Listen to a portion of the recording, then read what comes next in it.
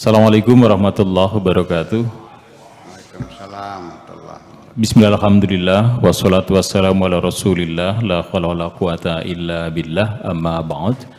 Sobat Hima TV berbahagia sekali di Ramadan ini. Kembali kita bersama dalam kajian kitab Ru'ayatullah, kitab karangan Mustafa Mahmud, tentu saja bersama guru mulia kita Buya Syakur Yasin MA, pengasuh Pondok Pesantren Cadang Pinggan.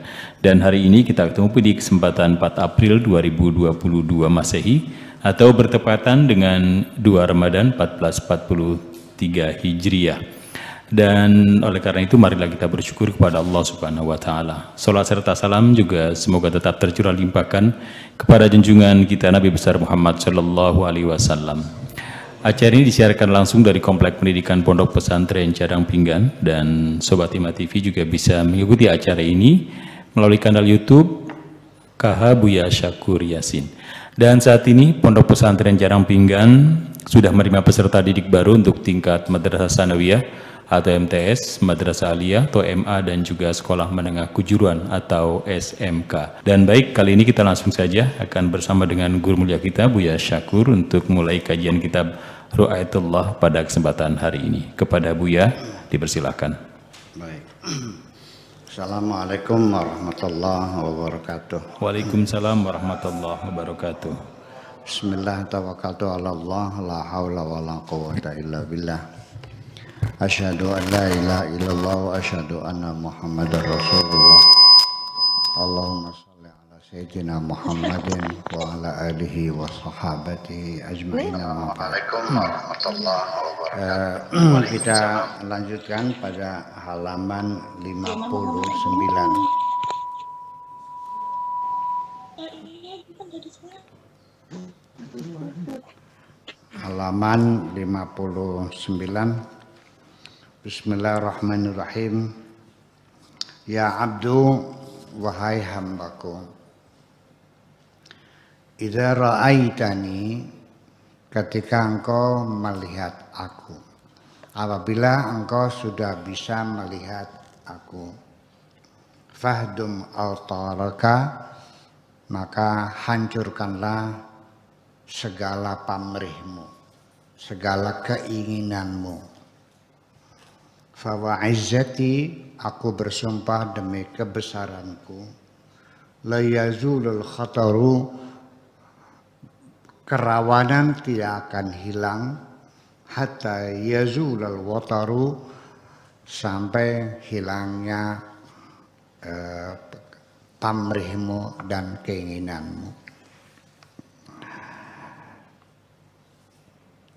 Terjemahnya adalah, wahai hambaku, apabila engkau telah melihatku, maka hancurkanlah segala pamrihmu. Aku bersumpah demi kebesaranku, bahaya akan tetap ada selagi masih ada pamrih. Artinya bahwa kita sesama kita sajalah. Nggak usah kita dalam hubungan kita dengan Tuhan, hubungan antara kita saja.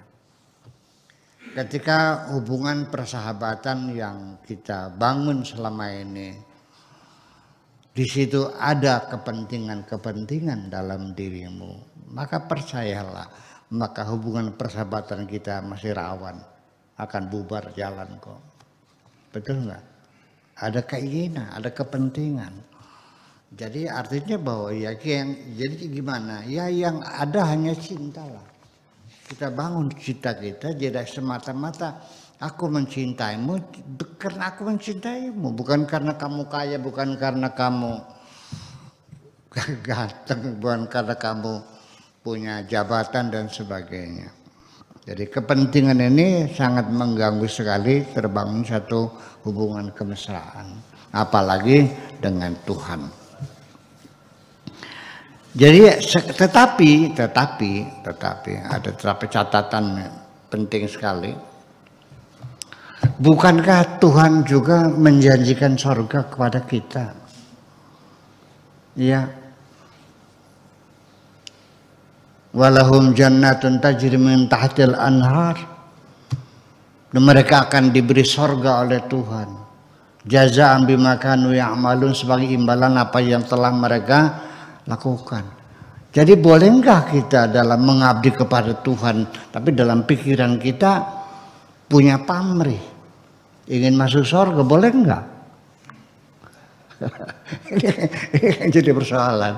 Apakah itu termasuk? Ya. Untuk kelas tertentu, bahwa selagi ada pamrih selain cintanya kepada Tuhan, ya berarti ya cintanya belum murni, masih rawan. Andaikan Tuhan tidak menjanjikan surga, apakah Anda mau berbuat baik? Pertanyaan besar. Ketika Tuhan tidak mengancam dengan neraka, apakah Anda berani melakukan kejahatan atau tidak? Ini yang jadi persoalan. Begini sajalah, kita setia kepada istri kita. Di tengah jalan ketika kita sedang berbisnis, sedang ada di kota Surabaya, kita digoda oleh seorang perempuan yang cantik jelita. Nafsu kita tergoda, tapi kita tidak berani melangkah itu. Apa yang terbayang? Istri kita dan anak-anak kita. Bukan takut sama istri, bukan takut, bukan. Sama anak-anak enggak. Karunia, di bahasa Sunda mah, melas entah. Iya. Ya Allah, masa akan aku khianati? Seperti itu kira-kira. Jadi artinya bahwa, nah ketika kita sendiri akan melakukan kejahatan, kemudian terbayang dalam pikiran kita ada neraka, inni akhafu in asaitu rabbi adzaba yaumin azim. Aku takut untuk maksiat, takut mendapat hukuman yang berat dari Allah. Ya nggak salah, betul, takut hukuman Allah. Tapi takutnya mah hukumannya kan, bukan sama Allahnya, bukan kan? Iya. Jadi selama ini engkau juga beribadah, ya nyungsep tiap hari, tiap malam bangun tahajud dan sebagainya. Ternyata Anda ingin masuk surga kan? Atau ingin ketemu sama Allah? Persoalannya, iyalah. Jadi artinya sebetulnya kalau katakan salah juga angkanya yang Allah yang menjanjikan ya. Ya tapi kan bahwa kualitas kita kan kualitas cemen. Iya, jadi Allah menjanjikan untuk orang-orang yang memang punya kepentingan. Iya, bagaimanapun juga tidak salah orang ingin masuk surga. Enggak, Allah menjanjikan ya. Masa Allah menjanjikan Allah salah? Iya, jadi artinya untuk kelas ini ya, yaitu kelas munafik, ya berbuat baik hanya mengharapkan sanjungan orang, kan gitu. Untuk orang yang beriman, ya berbuat baik ingin masuk surga.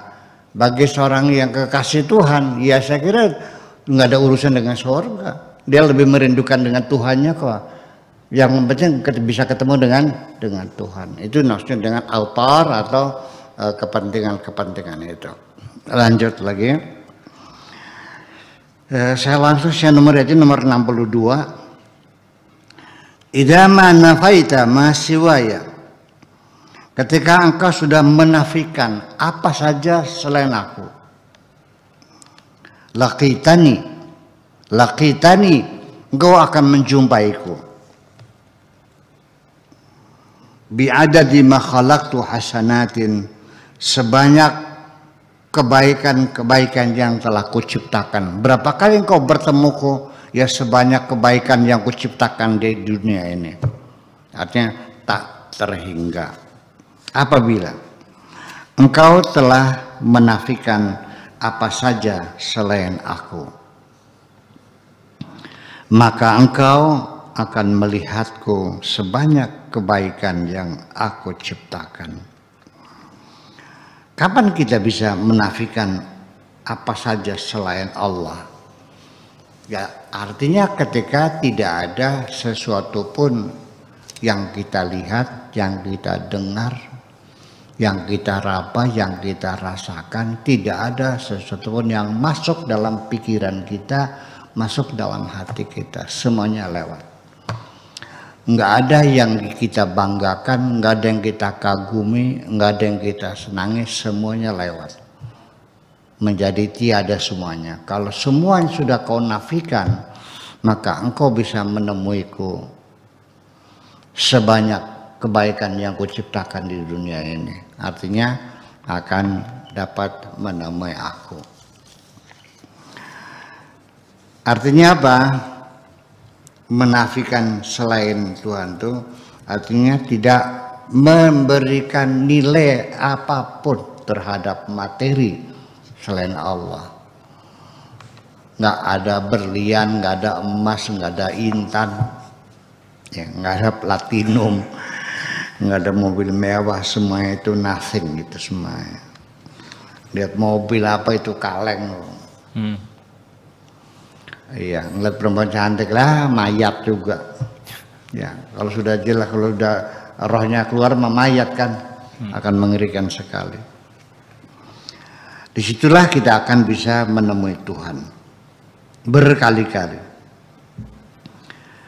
Lanjut 63, anta abdus siwa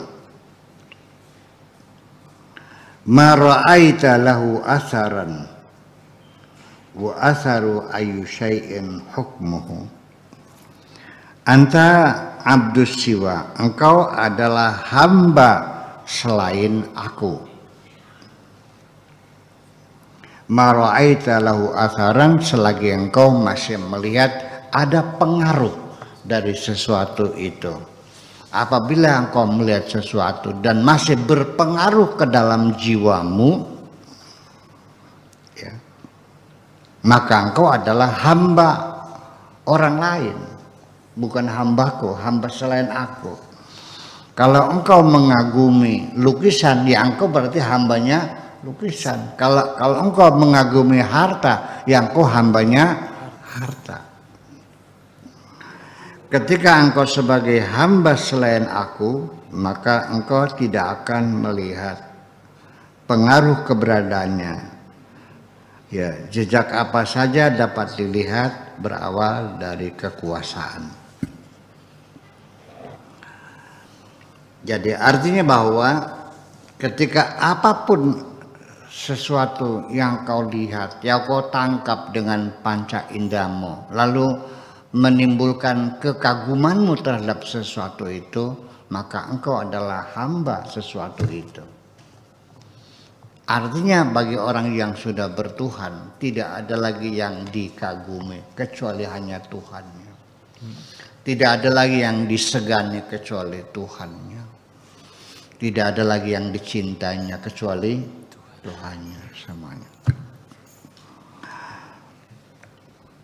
Man ra'ani syahida anna syai'a li wa man syahida anna syai'a li lam yartabit bihi. Barang siapa yang telah melihat aku, syahida anna syai'a li, maka dia akan menyaksikan bahwa segala sesuatu adalah milikku. Siapapun yang melihatku, maka dia telah menyaksikan bahwa segala sesuatu adalah milikku. Barang siapa yang menyaksikan bahwa segala sesuatu adalah milikku, maka dia tidak akan terikat dengan apapun. Selagi engkau masih terikat dengan sesuatu, maka selamanya engkau merasa sesuatu itu sebagai milikmu. Dari satu sisi, apabila engkau melihat segala sesuatu itu adalah milikku dari segala sisi, pasti engkau tidak akan terikat dengan apapun. Keterikatan kita dengan sesuatu. Interdependensi manusia tidak bisa dihindari secara sosiologis, bahwa interdependensi manusia tidak bisa dinafikan, tidak bisa diabaikan, tidak bisa dihindari. Manusia itu punya saling ketergantungan, interdependensi antara satu dengan yang lain. Artinya saya jamin engkau tidak akan bisa hidup di dunia sendirian, kecuali membutuhkan bantuan dan pertolongan orang lain.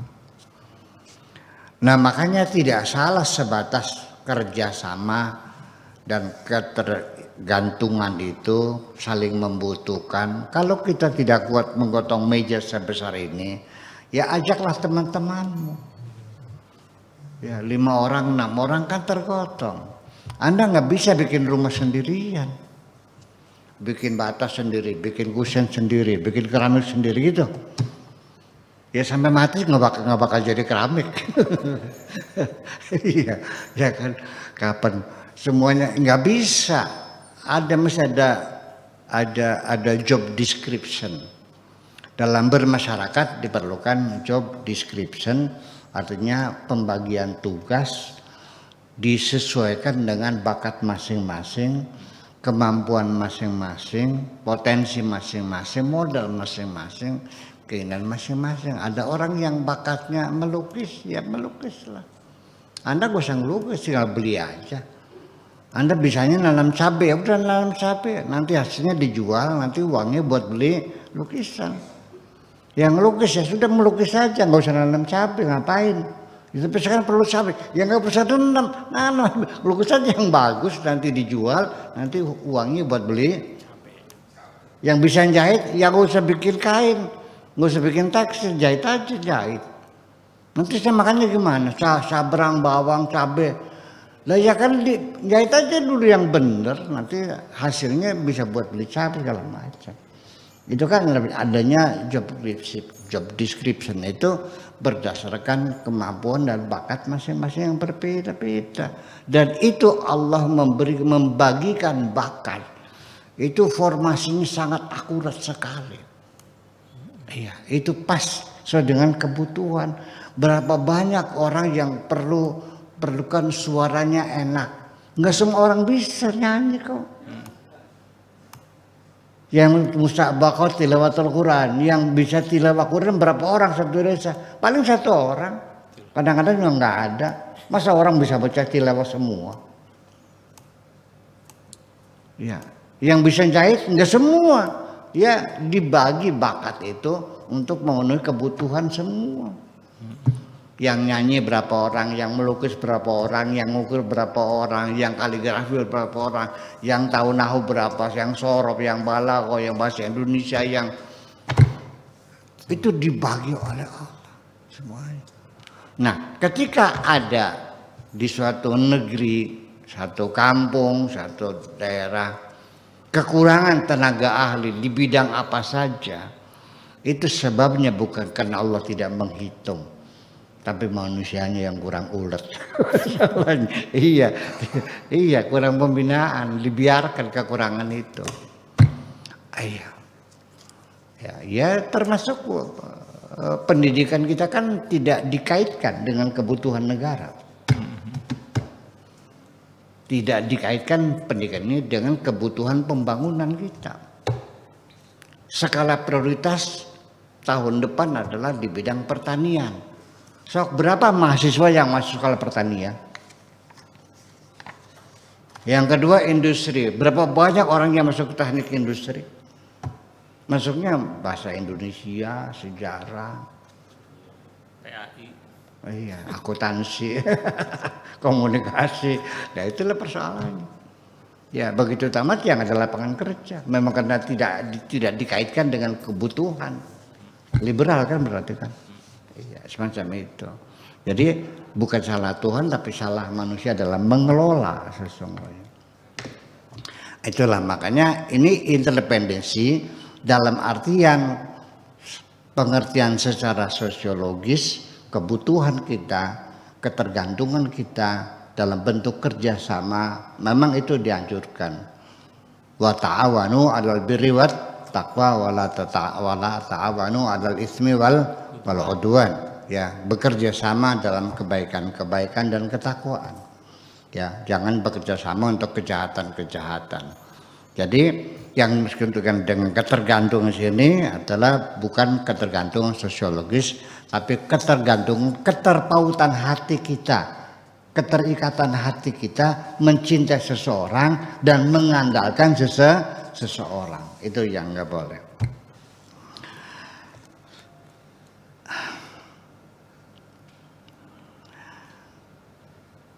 Ya abdu, qul labbaika wa sa'daika wal khairu bika wa minka wa ilaika wa biyadaika. Katakanlah wahai hambaku, labbaika wa sa'daika dan seterusnya. Ya abdu, ishabni ilayya tasil ilayya. Wahai hambaku, temanilah aku, engkau akan sampai kepadaku. Maksudnya temanilah aku ini artinya selalu bersamaku. Selalu bersamaku, engkau pasti akan sampai kepadaku. Ya. Selalu siap ketika engkau dipanggil, labbaika. Allahu Akbar, labbaik. Cepat kagian, sekot kagian, cengkelit kagian. Ya, ajak lakat. Iya, melihat orang sengsara, cepat rogoh koceknya, kasih dia makan, cepat segera, gitu. Ya, selalu bersama Allah, dijamin oleh Allah akan sampai. Ya, jangan pernah jauh dari Allah, selalu bersama Allah.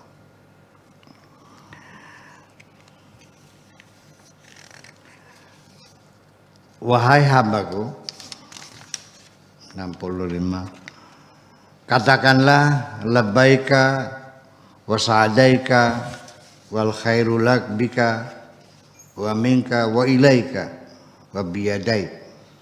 Wahai hambaku, temanilah aku, atau selalu bersamaku, pasti engkau sampai kepadaku. 66. Ya abdu, alqil ikhtiyar ulqil mu'akhadah. Lepaskan hak pilihmu.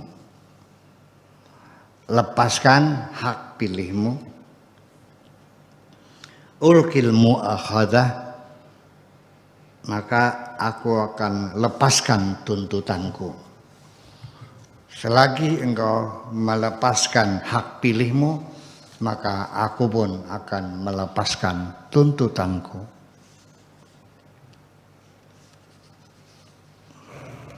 Wahai hambaku, lepaskan hak pilihmu, nanti ku lepaskan segala tuntutanku. Artinya, nanti yang menyebabkan engkau harus mempertanggungjawabkan di hadapan Allah di hari kemudian atas segala perbuatanmu, segala keputusanmu. Apa yang kau beli, apa yang kau jual, apa yang kau miliki, apa yang kau lepas, semua kebijakan-kebijakan, keputusan-keputusan yang kau ambil selama di dunia nanti akan dituntut oleh Allah. Mengapa kau nikahi perempuan itu? Kenapa engkau sumbang yayasan itu? Mengapa engkau tidak bayarkan zakatmu itu? Kenapa? Kenapa? Semua akan dipertanyakan. Ya, Allah tidak boleh ditanya, tapi manusia harus ditanya. La yus'alu amma yaf'alu wa hum yus'alun. La yus'alu amma yaf'alu wa hum yus'alun. Allah tidak boleh ditanya kenapa Allah melakukan semacam ini, tapi manusia akan ditanya. Kenapa ditanya? Untuk mempertanggungjawabkan. Ya kenapa dituntut tanggungjawabkan? Ya karena dia telah memilih keputusan berdasarkan pilihannya sendiri, maka dia harus bertanggung jawab. Ketika engkau melakukan apapun di dunia ini, kau lepaskan hak pilihmu, semua yang kau lakukan berdasarkan karena keputusan Tuhan, bukan karena pilihanmu, maka nanti apa yang dituntut ketika yang kau lakukan semuanya pilihan Tuhan? Kenapa kau lakukan? Aku kan nuruti kamu. Kenapa kau lakukan ini? Ya saya kan nurut perintah Bapak. Mungkin dia seorang komandan mempersalahkan bawahannya karena bawahannya menuruti perintah atasan. Kenapa kau tembak macan itu? Ya kan disuruh Bapak.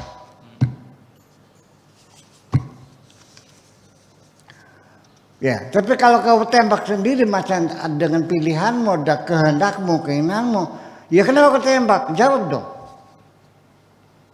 Pak, saya ingin mempertahankan diri saya membela diri dong.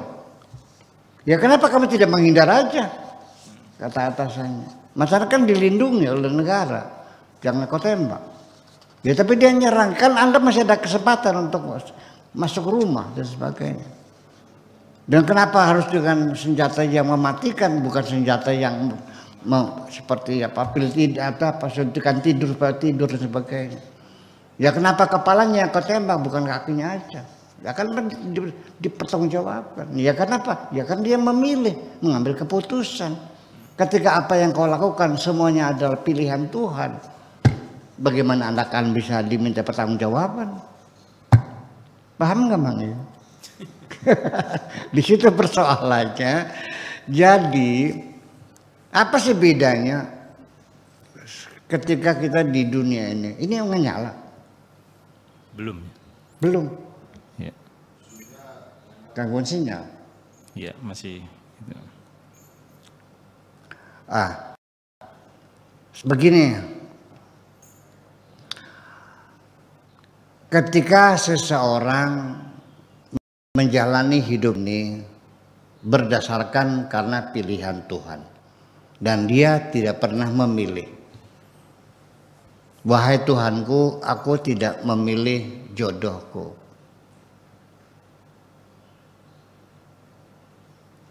Iya.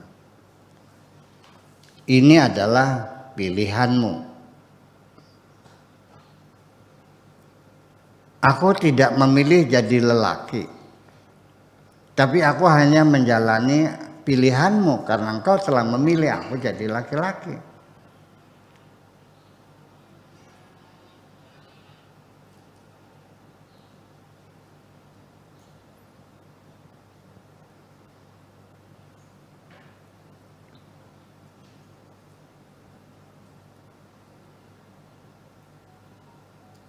Ya.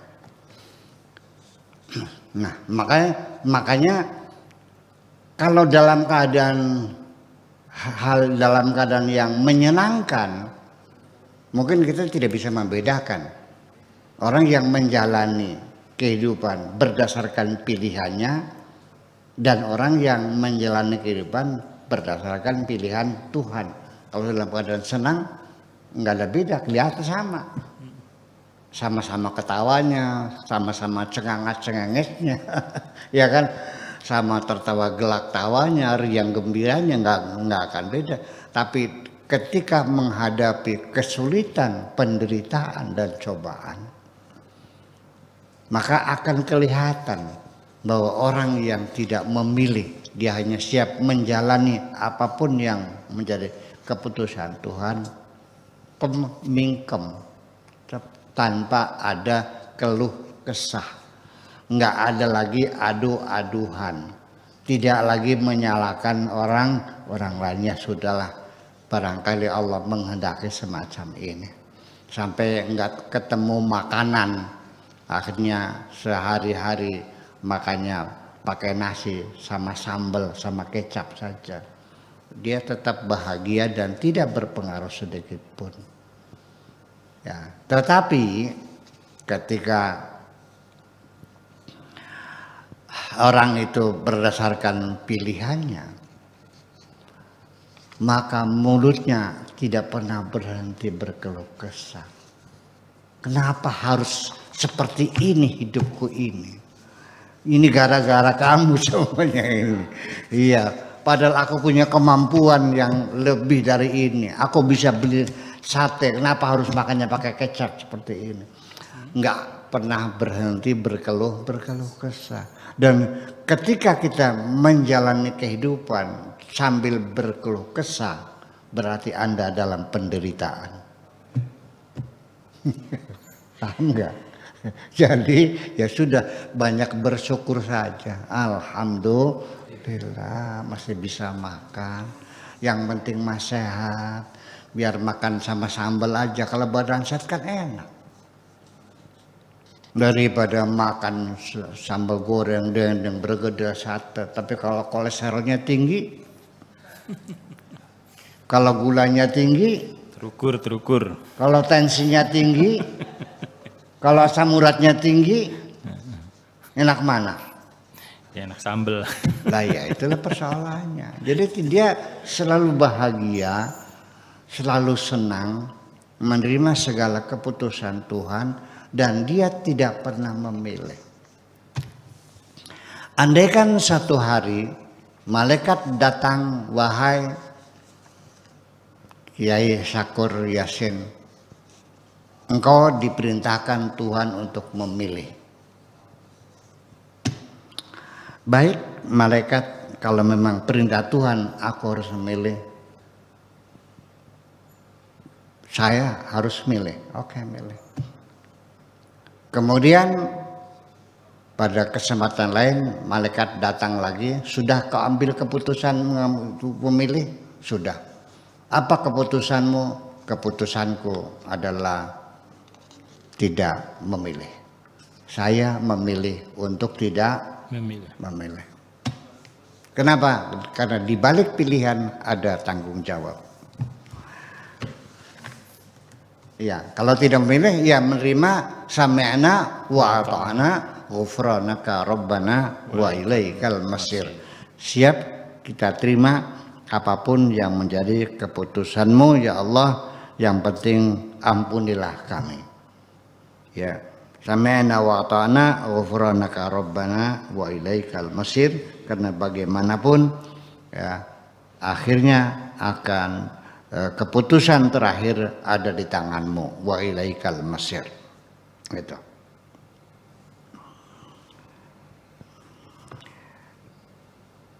(67) Ya abdu idza ra'aitani fasiwa kulluhu dzanbun. Halaman 67.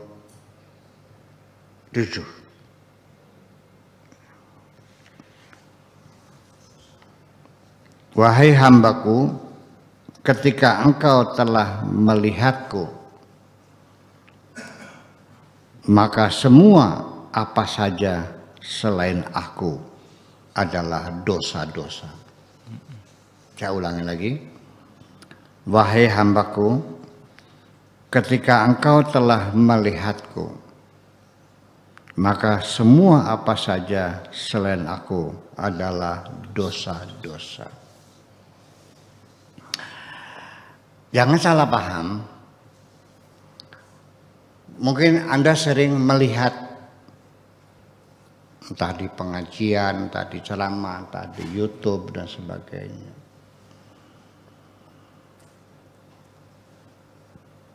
Gitar haram, dosa itu gitar. Piano haram, dosa itu piano. Nabi tidak pernah main piano. Bid'ah itu semuanya bid'ah. Angklung haram, itu angklung. Seni rupa haram, itu bikin patung itu. Foto kamera haram, itu semuanya. diharam-haramin semua, dosa semua. Apa seperti itu? Tidak, bukan seperti itu. Bukan seperti itu. Bukan semua diharam-haramkan semua karena dia sudah ketemu Tuhan gitu ya, enggak. Bukan seperti itu. Itu mah sudut pandang aja. Tetap bagaimanapun kita hormati, kita hargai saja. Orang yang mengharam-haramkan segala sesuatu tetap kita hormati. Itu pendapat dia kok, ya sudah. Kalau menurut Anda nyanyi itu haram, udah Anda jangan nyanyi. Kalau Anda menganggap bahwa lukisan itu haram, ya udah Anda jangan melukis, jangan menikmati lukisan. Jangan ngimpleng-ngimpleng lukisan. Udah sobek aja. Ya foto nggak usah, KTP juga nggak usah pakai foto lagi. Iya kan? Apa mobil haram lagi udah jangan dipakai mobil. Tetap kita hormati. Saya tidak menyalahkan siapapun. Itu hak dia untuk mengharapkan untuk dirinya sendiri. Ya kita hormati saja. Ya, jadi artinya bahwa makan bawang putih haram karena bau gitu. Ini haram. Ya, terus ya mungkin orang yang rakyat jelatanya lah kalau semuanya nggak boleh, jadi yang boleh apa aja di dunia ini? Yang boleh bawa tasbih, naik onta.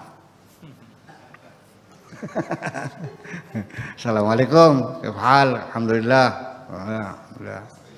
Ya, tidak lebih ucapannya bismillah, alhamdulillah, la haula wala quwata, asyhadu an la ilaha illallah, asyhadu anna rasulullah, la haula wala quwata, subhanallah, astagfirullahaladzim. Itu aja saya ada omongannya. Harus jaluk mangan. Ya silakan kita hormati. Toh dia yang menjalaninya kok. Ya alhamdulillah. Seumur hidup nggak pernah masuk gedung bioskop. Nggak pernah menghadiri konser. Di rumahnya nggak ada lukisan apapun, blong kosong semuanya, nggak ada lukisan. Iya, ya sudah nggak ada masalah untuk dia, nggak salah. Tapi yang dimaksudkan di sini, apabila engkau telah melihat aku, maka semua apa saja selain aku adalah dosa-dosa. Itu seperti apa? Bukan seperti itu. Artinya bahwa ketika engkau sudah benar-benar mencintai Tuhanmu, kemudian engkau masih saja ada selain Tuhanmu yang engkau cintai, apakah mobilmu, apakah jabatanmu, apakah istrimu, apakah rumahmu, maka itu adalah perselingkuhan. Maka apa saja selain Allah adalah dosa. Ketika engkau setia kepada istrimu, semua perempuan di dunia ini pelacur semuanya. Perempuannya pelacur semua kecuali ibuku sebagai penghormatan aja. Iya, bahwa sudah anti, jangan nggak usah melarak-belilah. Begitu Anda ada rasa kagum kepada perempuan lain, berarti engkau melakukan pengkhianatan terhadap istrimu. Ya, bukan pengkhianatan dalam artian berzina dan sebagainya. Pengkhianatan dalam pikiran juga termasuk. Ketika Anda menghayali perempuan lain selain istrimu, kan begitu. Contohnya. Nah, begitu juga ketika Anda sedang dalam keadaan susah dan payah. Ya, kemudian terbetik dalam pikiran Anda memerlukan bantuan kepada alok, kepada keponakan yang kaya untuk minjem uang. Ketika Anda berpikir kepada selain Allah agar bisa membantu Anda, kenapa tidak pada Allah saja? Disitulah dosa-dosamu terletak, dosa-dosamu. Bagi engkau yang sudah melihat Tuhan, itu adalah dosa. Kalau belum ya ceritanya lain. Iya, ketemu aja dulu. Ini bagi orang yang sudah melihat Tuhan. Selain Tuhan, dosa semuanya itu. Apakah karena rasa kagum kita terhadap kecantikan perempuan? Apakah kekaguman kita terhadap kepintaran seseorang, mengagumi keilmuan seseorang? Enggak ada. Selagi engkau sudah melihat Tuhanmu, tidak akan ada siapapun yang engkau kagumi kecuali Tuhanmu. Paham Kang? Iya ya, ilmu ni buya, ayah saupil kata gua mau itu neme, ilah kalilah, iya, lah apa sih gantengnya, kata bentar lagi juga peyot dan semacam itu. Berapa sih hartanya? Ya iya, Kang pun pires itu nyane, terhitung tak? Beli 1.000 triliun. Lah kan seperti itu. Jadi tidak ada yang dikagumi semuanya itu. Kalau kekayaan, dia selalu Allah Maha Kaya.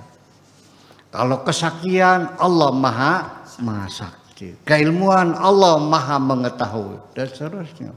Tidak pernah melirik kepada yang lain-lain. Oke, itu saja. Yuk kita buka dialog barangkali.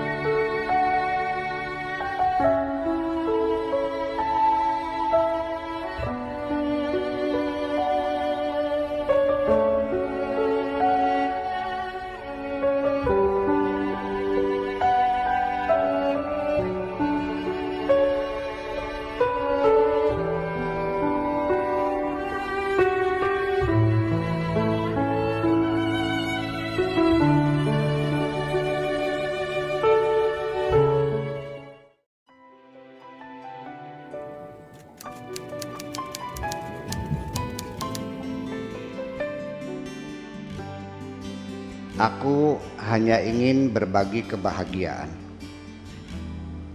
dan tidak menggurui siapapun. Terlalu sulit bagiku untuk menyalahkan siapapun. Akan tetapi apabila ada orang yang ingin mengisi raporku, tentu aku sangat gembira sekali. Dan kujamin aku tidak akan sakit hati sedikit.